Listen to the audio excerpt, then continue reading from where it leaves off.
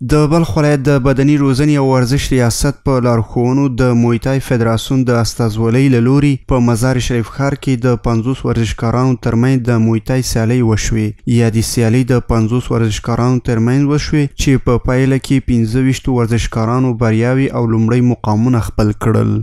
این مسابقات برای رشد جوانان و نوجوانان و نوشموله که در فدراسیون موی تای ولایت بلخ مندرج شده و اینا را به خاطر تشویق این برنامه را برگزار گردیده است. هدف از این مسابقات انتخاب چهره‌های برتر برای مسابقات زون و مسابقات جام گلستان و همچنین برای مسابقاتی که مرکز ان شاء الله به زودی برای مسابقات کمربندی گرفته شد ما بتونیم چهره‌های خوب انتخاب کنیم برای مسابقات کمربندی. این مسابقات بین بچه‌ها شمول گرفته شده که از بین بچه‌ها ما چهره‌های برتر انتخاب می‌کنیم در مسابقات و مسابقات بیرون از ولایت‌ها.